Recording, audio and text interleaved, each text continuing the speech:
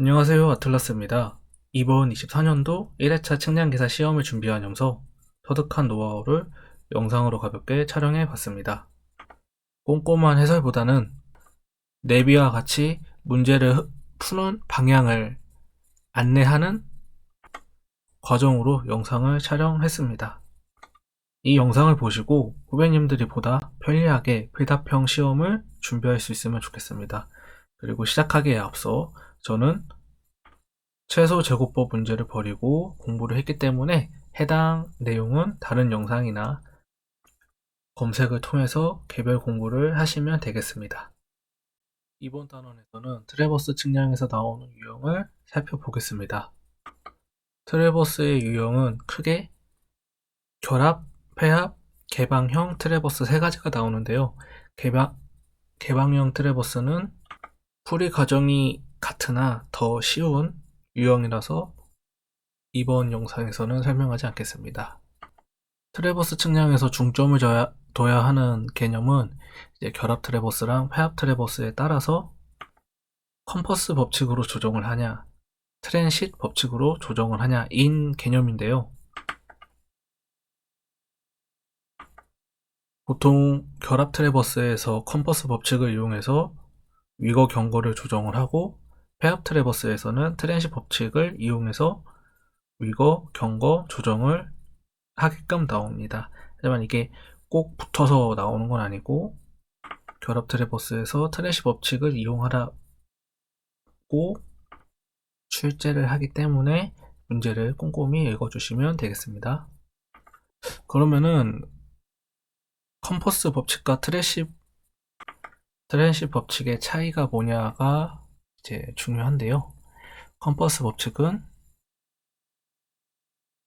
이제 측선 거리의 합, 절대값 합 분의 개별 측선장을 이용해서 이제 오차의 조정량을 구하는 방식입니다. 하지만 이제 트랜시 법칙은 우리가 거리 곱하기 방위각을 통해서 위거와 경거를 구하지 않습니까? 이때 나타나는 플러스 위거값, 마이너스 위거값의 합, 절대값 합과 경거의 플러스 마이너스 각각에 나오는 값들의 절대값을 합해서 이 값을 분모로 해서 각각의 이제 나오는 위거값, 경거값을 곱해서 조정 오차량을 구하는 개념입니다.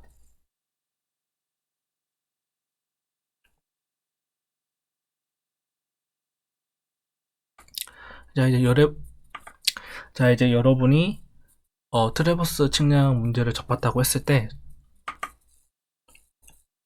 이제 각과 거리를 알려주고 먼저 각을 조정해서 조정각 구한 다음에 방위각까지 구합니다. 그리고 방위각이랑 방위는 이제 붙어있는 개념이니까 하나로 보시면 되고요. 사실상 이 문제에서 방위각이랑 방위는 약간 좀 플러스 알파 채점 요인이고 여러분이 구한 조정값이 위거와 경거 그리고 이거에 대한 조정량으로 연결이 되고 마지막으로 조정 위 경거를 구해서 각 측점의 좌표를 구하면 되는 문제입니다. 근데 이 문제를 조금 더 어렵게 된다 싶을 때에 임의의 측선의 거리와 방위각을 구해라 라는 좀 플러스 채점 요인이 있는 문제 정도가 이제 어렵게 나오는 개념입니다.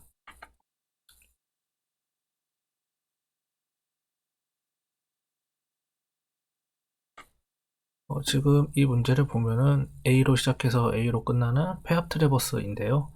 이것도 앞에 결합 트래버스와 똑같이 풀면 되는 문제인데 방위각 개념이 이제 위거랑 경거값을 알려줌으로써 이제 표가 없고 아까 말씀드렸던 트랜시 법칙을 이용해서 조정량을 구하고 조정 위거를 구해주시면 조정 위 경거를 구해주시면 되겠습니다.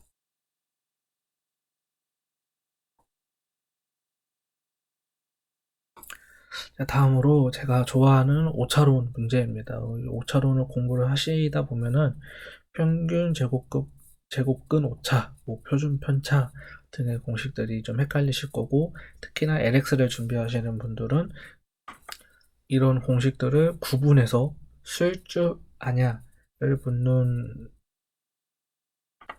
수학 문제, 풀이 문제를 접해 보셨기 때문에 좀 골치 아파하실 수가 있습니다.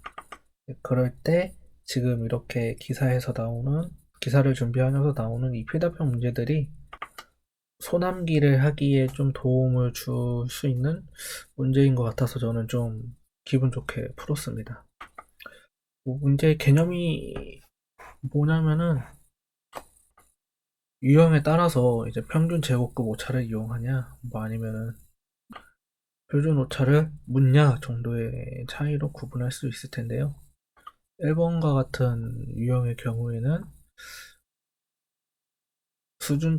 수준점의 표고와 이제 관측값을 더해서 Q점의 표고를 구한 다음에 이제 경중률은 거리의 반비례니까 최소 공배수를 곱해가지고 이제 경중률을 구할 수 있습니다. 그리고 경중률 이용해서 각 측점에서 구한 Q 표고를 곱해줘서 최악값을 구하고, 저는 이 표를 좀 손으로 익혔는데요. 7열밖에 되지 않습니다. 이제 수준점 적고 각 수준점에서 구한 Q 표고를 적고 우리가 1번 소 문제를 풀어서 구한 최저값을 적은 다음에 잔차를 구해줍니다. 그리고 잔차의 제곱을 다 적어주고 경중률 한 번 더 적어주고 그럼 경중률 합, 그리고 이 둘을 곱한 경중률과 잔차 제곱의 합을 적어주고 또 이 답의 합을 또 적어주면은 이거 나누기 이거 그리고 분모에 n 빼기 1을 한 번 더 곱해주면은 평균 제곱급 오차를 구하는 공식이 완성됩니다. 좀 평균 제곱급 오차가 플러스 뿔마 루트 경중률 n분의 n 빼기 1 분의 경중률 잔차 제곱, 좀 이렇게 어, 말로 외우는 것보다는 문제를 통해서 어떻게 구해지는지 좀 손으로 좀 공부를 한다 정도의 좀 의미를 가져가면은 좀 좋지 않을까. 이왕 공부하는 거 좀 좋지 않을까 그런 생각을 합니다. 다음으로 이제 표준 오차를 구하는 방법인데요. 최악값은 어렵지 않게 구하셨을 거고 평균하면 되니까 이제 똑같이 평균에서 이제 최악값을 구하는 방법이 문제에서는 평균일까요? 최악값에서 관측값을 빼서 잔차 구하고 잔차의 제곱 구하고 각각 해준 다음에 이제 표준 편차는 제곱 나누기 제곱을 하는 건데, 이때 n에서 n 빼기 1을 이제 n의 제곱이 아니라 n 곱하기 n 빼기 1을 한다 정도의 차이가 있다는 점만 유의하시면 되는, 뭐 그렇게 어렵지 않은 유형입니다.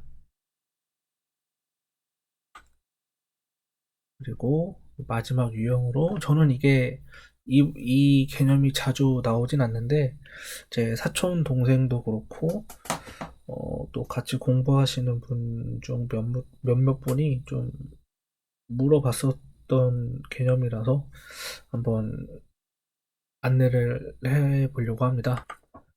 이제 이 문제 같은 경우에는 배합차를 구하는 게 목표인데요. 그 수단으로 이제 각 구간과 노선을 좀 비교를 하는 개념입니다. 보이는 6번 문제에서는 총 1, 2, 3, 4 그리고 전체 동그라미 5개 구간이 있고, 각 구간을 이루는 이제 노선이 1 구간에서는 1번, 2번, 3번 노선, 2번 구간에서는 2, 4, 5, 6, 2, 4, 5, 6, 3번 구간에서는 3, 6, 7, 8, 4번 구간에서는 5, 7, 9, 그리고 5번 구간에서는 1, 4, 8, 9, 4개의 노선으로 이루어져 있다. 이렇게 연관성을 가지고 있는데요. 근데 문제를 보시면 이제 화살표 진행 방향이 있습니다. 이제 우리는 뭐 북방부여서 그런지 모르겠지만 평범한 일상에서는 이제 시계 방향의 회전을 플러스 마이너스 방향의 회전을 반시계 방향의 회전을 마이너스라고 부호를 붙이는데요. 여기서 이제 부호는 이제 회전 방향을 의미하는 거죠. 그게 이제 화살표로 나타나져 있는데 이 화살표의 방향이 이제 어떤 구간을 이루고 있는 선분이냐에 따라서 지금 2번 선과 같이 1 구간에서는 이제 제대로 된 플러스 부호이기도 하고 이제 선분보다 밑에 있는 이제 이 구간에서는 나머지 세 개는 시계 방향으로 돌아가는데 2번 선만 반시계 방향으로 움직이고 있기 때문에 마이너스 부호가 되는 좀 그런 개념에서 부호를 이제 적어줘야 하는 겁니다. 좀 이 부분을 헷갈려 하는 것 같더라고요. 근데 뭐 차분하게 풀어보면은 내가 이걸 왜 헷갈려 했을까 좀 그런 좀 쉬운 난이도입니다. 그래서 이제 부호를 정해서 더하기 빼기를 다 해주시면은 각 구간의 폐합차를 이제 구할 수가 있습니다. 네, 그 다음에 폐합차 공식을 이용해서 쭉쭉쭉쭉쭉 공식을 이용해서 그 값을 구해 주는데요. 우리가 처음에 구한 이 폐합차 이 값이 이 제한값 이내이냐 초과하냐에 따라서 문제가 되는 구간을 구해주는 겁니다. 일단 뭐 이제 1번 1 구간 같은 경우에는 2.9cm인데 이제 2.1cm가 되겠죠. 그래서 이내 통과. 근데 여기는 4cm인데 5.1cm가 되겠으니까 초과하니까 이제 2번 구간이 걸리는 거고 3.3cm고 그리고 2.2cm 이내니까 통과.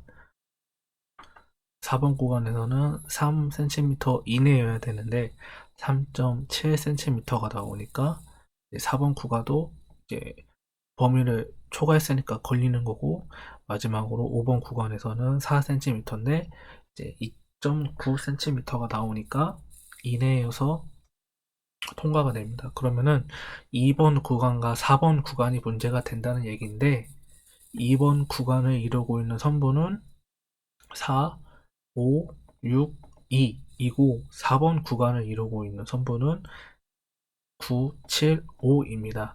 이 두 개의 구간을 공통으로 이제 구성되는 이제 구성 선분이 5번 선분이기 때문에 이 선분이 문제가 된다라고 말을 할 수가 있겠습니다. 그래서 각 구간을 의미하죠. 각 환의 폐합차와 폐합차 제한을 비교하면 2번, 4번 구간에서 공통으로 존재하는 5번 노선을 채측해야 한다라고 결과를 내릴 수 있겠습니다.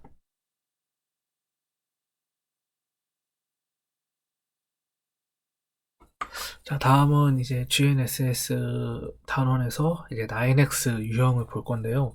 이 개념을 어려워하는 친구들은 좀 어려워하더라고요. 근데 정말 쉬운 개념입니다. 일단 제가 지금까지 풀면서 나왔던 유형으로는 이 유형에서는 어, 이 유형에서 묻는 소질문은 몇 개 없었는데요. 이렇게 9X 버전은 뭔가, 관측한 점의 이름은 무엇인가, 안테나 종류는 무엇이고, 안테나의 계략 좌표는 무엇이냐, 안테나 높이는 뭐고, 수신한 신호는 무엇이냐, 시작 시간과 끝 시간, 데이터 저장 간격, 위성수는 무엇이냐에 소 단원 중에서 뭐 적으면 3개, 많으면 5개를 묻는 유형이었습니다. 근데 이런 이 유형의 문제는 어렵지가 않은 게 이렇게 보통 이렇게 숫자가 적혀 있으면 오른쪽에 9x 버전이 뭐다 라고 이렇게 적혀 있습니다. 이제 마커 네임, 측정의 이름은 뭐다. 안테나 종류, 안테나의 줄임말이죠. 안테나 타입 종류, XYZ 포지션, 좌표는 뭐냐, 수신, 신호의 종류는 무엇냐, 이렇게 5개가 있고, C1, C2, L1, L2, P2 이렇게 5개가 있다. 그리고 시작, 버스트 타임, 라스트 타임, 시작 시간, 끝 시간은 뭐냐, 앞에는 연, 월, 일이고, 시, 분, 초입니다. 그리고 저장 간격은 이제 초 단위 몇이냐, 그리고 위성은 몇 개냐, 위성 수가 있고 위성의 종류가 이렇게 쭈루루 나옵니다. 이제 뭐 이런 뭐 9x 파일을 볼 줄 몰라도 뭐 오른쪽에 설명들이 다 있고 또는 시험의 유형에 필요한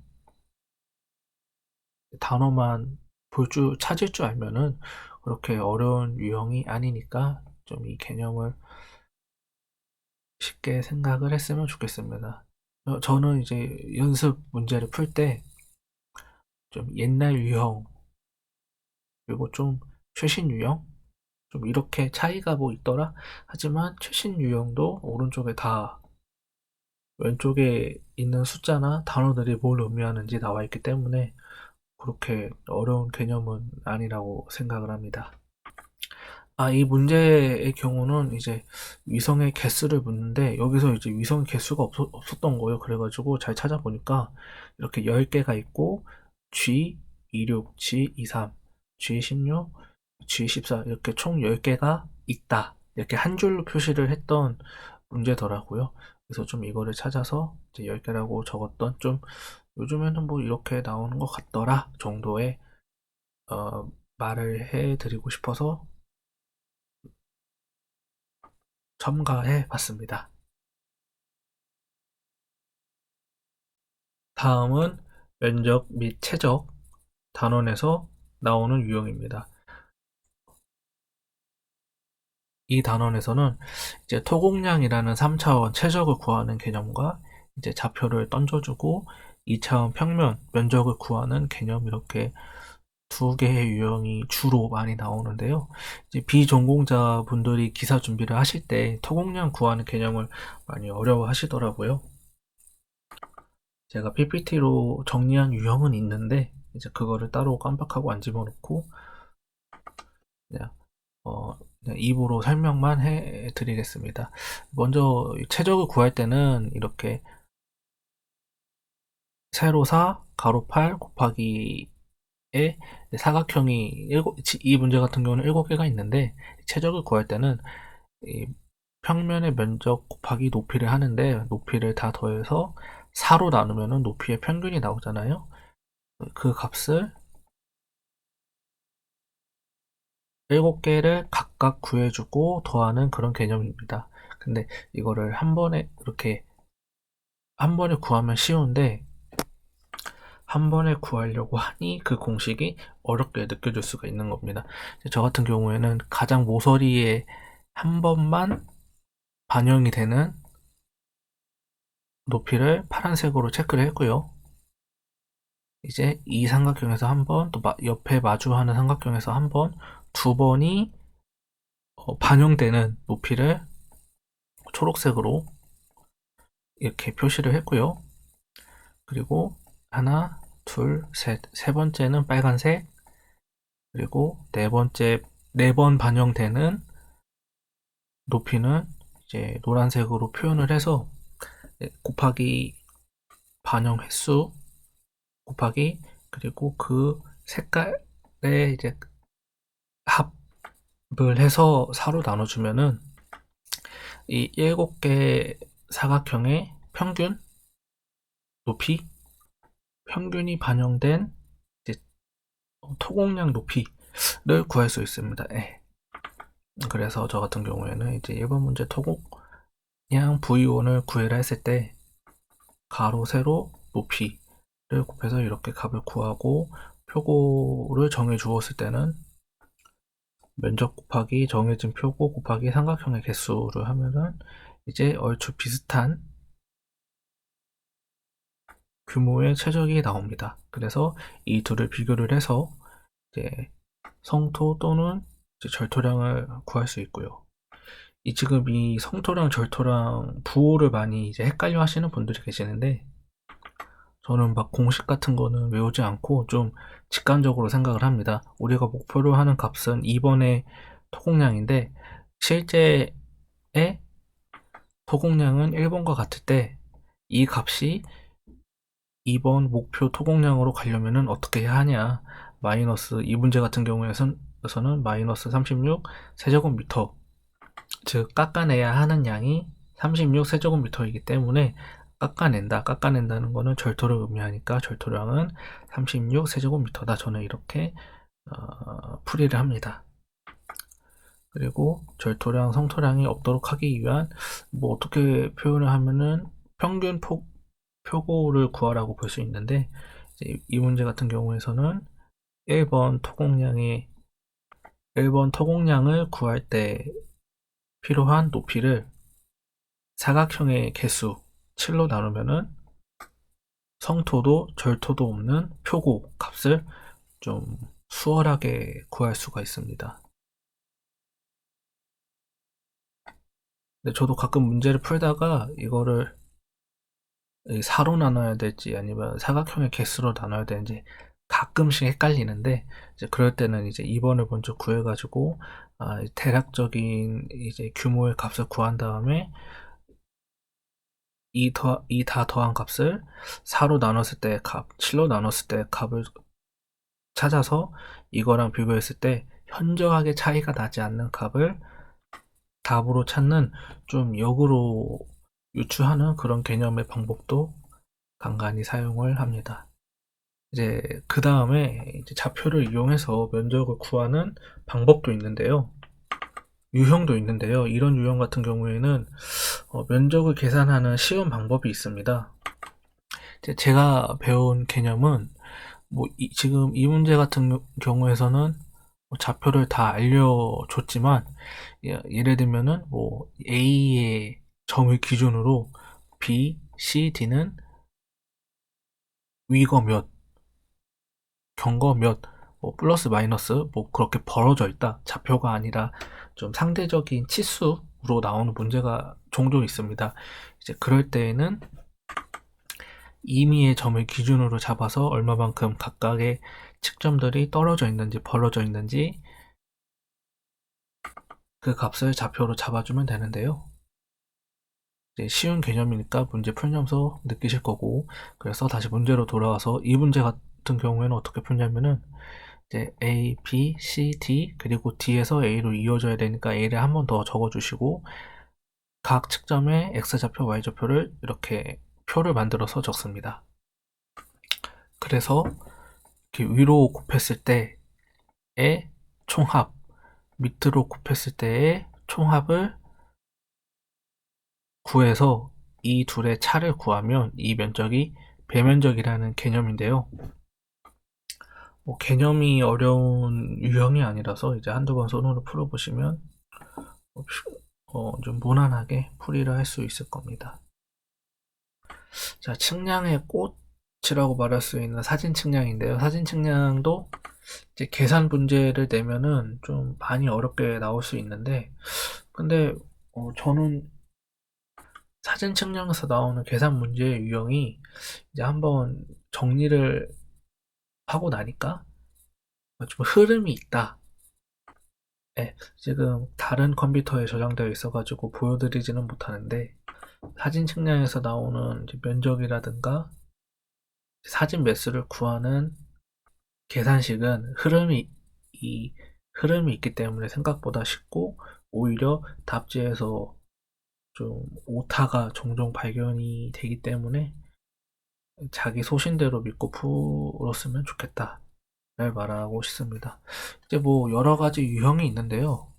하나씩 보시면은 이제 유효 면적을 구하는 유형, 이거는 쉽죠. 이거 무슨 말이냐면은 이렇게 사진이 찰칵찰칵 여기서 또 이렇게 찰칵찰칵 찍힐 때 여기서 이만큼 움직인 만큼 또 이렇게 내려가잖아요. 이 면적을 구하는 것입니다. 그래서 사진의 크기랑 축척을 곱하면은 지상에 촬영되는 면적이 곱해질 거고, 저 같은 경우는 원래 이게 100분의 1 빼기 p인데 0.p의 여집합, 저는 이렇게 표현을 합니다. 종용복도랑 횡령복도를. 그래서 0.4, 0.7을 곱해주면은 뭐 유효한 촬영 종선, 유효한 촬영 횡선이 나오고 곱해주면은 이제 사진 한枚유효 면적이 나온다.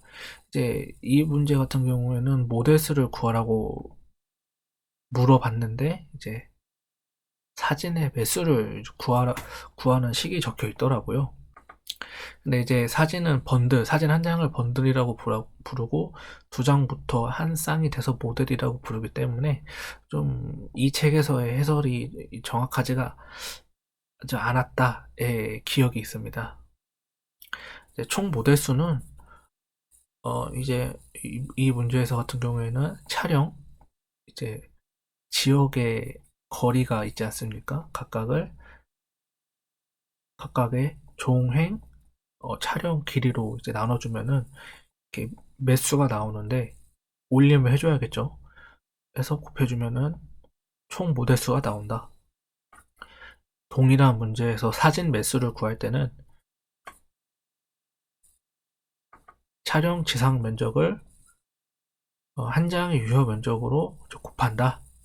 그런데 이때 뭐 안전율을 고려하라는 문제에서는 고려해주고, 고려하지 않을 때는 종 모델에서 처음에 시작하는 한 장을 이제 더해줘서 곱해라 정도의 개념이 필요한 이제 유형이 있고요.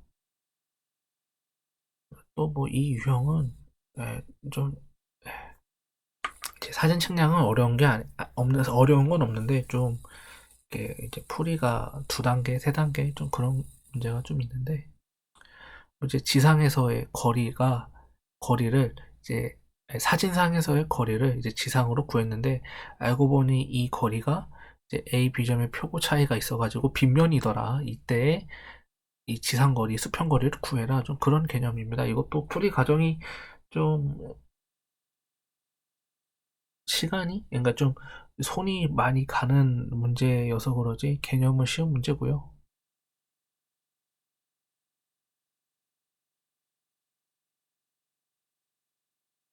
이 문제는 시차차를 이용해서 이제 건물의 높이를 구하는 유형입니다. 이제 건물의 높이를 구하는 유형의 공식은 이것만 외우면은 적용이 되는데, 뭐냐면은 촬영고도 메이저 H에서 건물의 높이 마이너 H는 사진상의 주점 기선 길이분의 시차차다. 이 비율이 있더라. 그래가지고 이런 문제 같은 경우에는 이렇게 그 기념비의 정상과 바닥부분을 빼가지고 시차차를 구해서 전체분의 부분, 전체분의 부분 하나를 안 알려줬고 이거를 구해라, 그런 식의 문제가 많습니다. 좀 공식을 유도할 때 처음에 개념을 익힐 때는 한 번은 어려울 수 있는데 한 번 익히고 나면은 좀 효자 유형인 문제입니다. 예. 그리고 지상좌표를 이제 구하는 이런 문제도 있는데요. 이제 행렬을 이용하는 개념입니다. 이제 지상좌표는 축척 스케일 회전 노테이션을 모델 좌표에 곱해주고 이제 원점 이동량 무브를 무브 값을 이제 반영해서 구한다는 개념입니다. 이제 지상에서의 좌표계가 있고 사진에서의 좌표계가 있는데 완전한 수직 사진을 찍는 건 사실상 불가능하기 때문에 이제 축척도 반영을 해줘야 되고, 회전을, 이제 축척을 보정해 줘야 되고, 회전된 값도 보정을 해줘야 되고, 그리고 원점 이동량, 무브, 이렇게 세 가지를 보정을 해줘야 됩니다. 지상차표를 구할 때는. 그렇기 때문에 그 관계식이 이렇게 되더라. 그래서 각각 숫자를 반영해주고, 이거를 풀면은 이렇게 x, y, z 값이 나오더라. 그리고 그 다음은 아까 첫 번째 문제에서 봤던 전체분의 부분 식을 이용해서 건물의 높이를 이제 구한다는 개념입니다. 이제 여기까지가 사진 측량 필답형에서 나오는 개념이고요. 이제 이거는 저희 학교 중간고사 4학년 이제 사진 측량 중간고사 시험인데 그냥 한번 설명을 하면은 도움이 될 것 같아서 넣었어요. 이제 첫 번째 사진과 두 번째 사진을 이용해서 이제 시차를 구하고, 아, 어,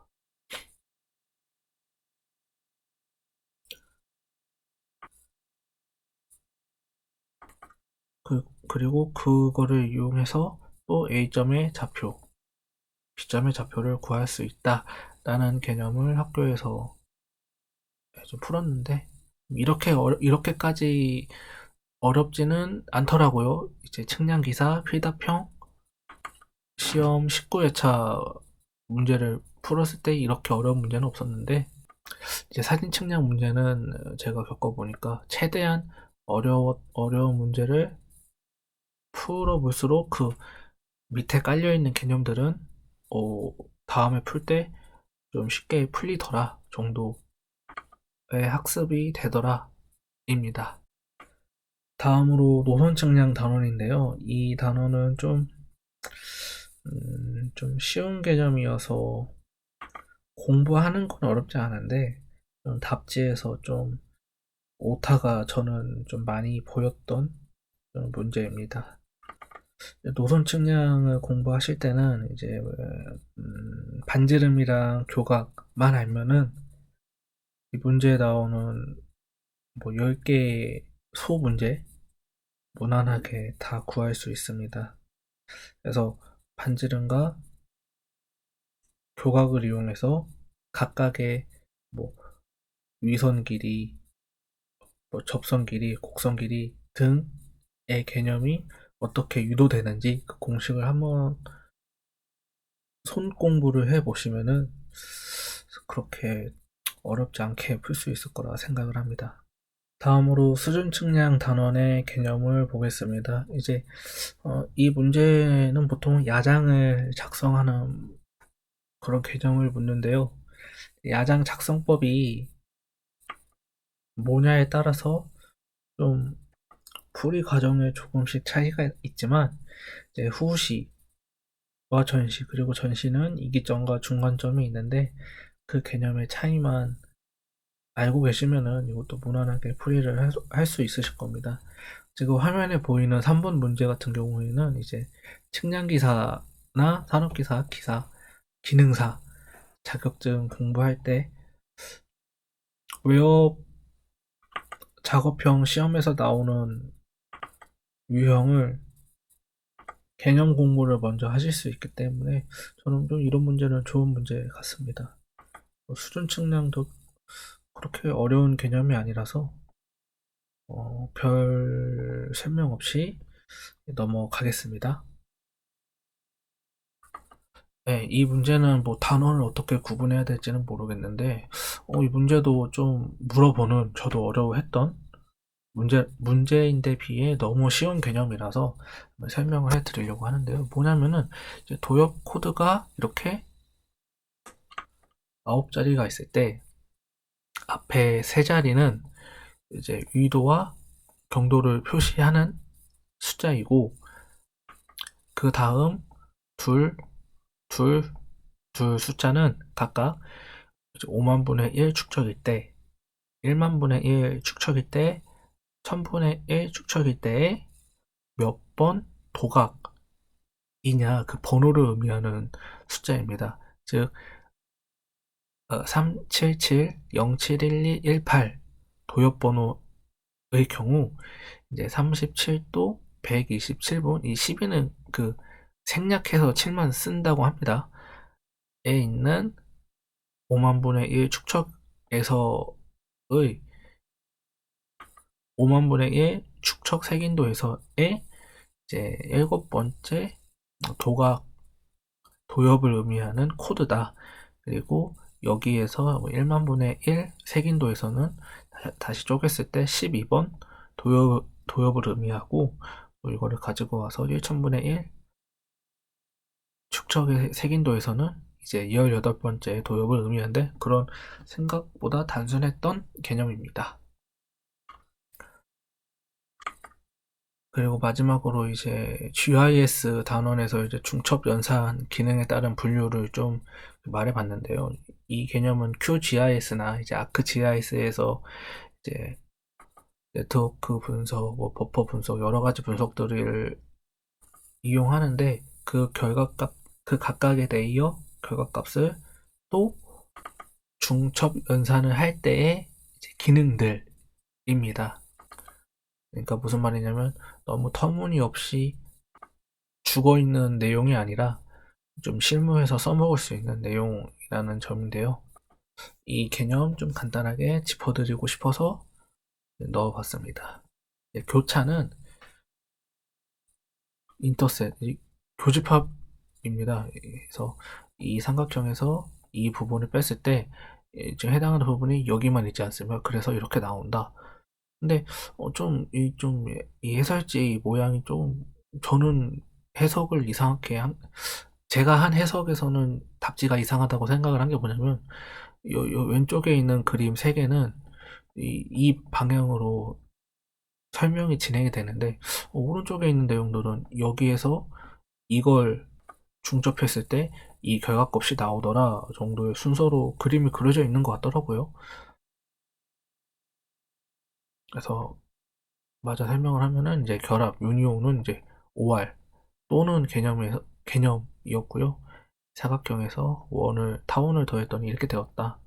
여기도 10의 짝대기에서 이제 는 짝대기를 더했더니 샵이 되었다. 이제 동일성은 이제 A 커버리지에 B 커버리지를 좀 우겨 넣는다. 그러면 이 모양이 되겠죠? 여기서도 이걸 우겨 넣으면은 요렇게 이제 우겨 들어가는 모양인 거를 설명을 하는 것 같습니다. 이 쪼개기도 보면은 그러니까 원래 이런 지도가 있었는데 이렇게 쪼개겠다. 그래서 이렇게 하나, 둘, 셋, 넷 그리고 피자 테두리가 찐 5개로 쪼개진다는 말을 하고 싶은 것 같은데 그렇게 말을 하려면은 이 그림이 왼쪽에 있어야 되고 여기에서 이렇게 쪼개서 이렇게 4등분이 되었다라고 말하고 싶은 설명하는 그림 순서가 맞는 것 같은데 좀 순서가 이 2개가 바뀌어야 되지 않나 좀 그런 생각을 가지고 있습니다. 지우개는 이레이저인데 요 모양에서 요거 뺐더니 이렇게 뻥 뚫렸다. 여기서도 이렇게 측정들이 있었으나 요 두 번째 커버리지를 빼더니 가운데가 뻥 뚫렸다. 근데 이때 두 번째 커버리지에서는 무슨 모양이든지 이제 해당하는 가장 큰 이제 바깥 테두리를 빼는 거니까 안에 무슨 모양이 있던지는 사실 중요치 않습니다. 이제 마지막으로 자르기는 첫 번째 커버리지에서 두 번째 커버리지만큼 자르기이기 때문에 좀 엔드 교집합과 어느 정도 유사성이 있는 좀 개념입니다. 클립이라고 말을 하죠. 이 개념이 이제 저는 또 PPT를 좋아하는데 PPT를 또 한번 예를 여기서 즉석에서 보이면은 PPT에서도 좀 자주 쓰이는 기능입니다. 예를 들면은 이제 도형이 이렇게 해서 이번 도형을 나는 뭐 교차하는 것만 구하고 싶어, 빼고 싶어, 이제 조각을 내고 싶어, 이제 결합하고 싶어, 아예 통합 합쳐버리고 싶어. 이렇게 중첩 기능은 좀 도형을 다루는 프로그램에서는 생각보다 자주 쓰이는 기능이니까 좀 이번 시험뿐만 아니어도 중첩 연산의 개념은 알아두셨으면 좋겠습니다.